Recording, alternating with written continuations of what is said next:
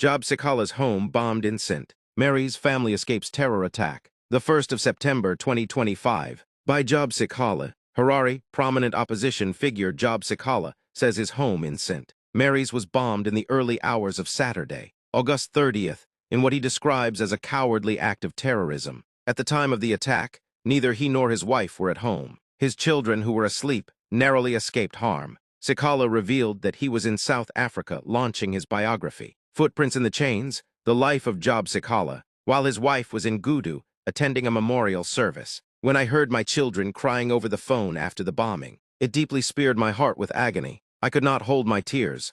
The attack was targeting to kill my children, he said. Despite reporting the incident, Sikhala said the police have not responded to the crime or provided his family with any form of protection. No statement, no feedback to the victims of this heinous crime. He lamented, adding that persecution and injustice have been the story of his life under the current regime. He accused those in power of mocking the tragedy instead of condemning it. They found it in their hearts to make silly, ridiculing utterances that it was some form of self-bombing by my family. Even Ian Douglas Smith's oppressive regime never spoke so disdainfully to the pain of victims of terrorism, Sikhala said. The St. Mary's MP also noted that Zimbabwe has witnessed several political assassinations and murders in recent years, with families denied justice. He said that only by the grace of God did his children survive what he believes was an attempt to exterminate them. Despite the trauma, Sikhala expressed gratitude to those who have offered solidarity and assistance to his family. Your words are comforting and keep us going. Thank you very much to those who voluntarily gave financial assistance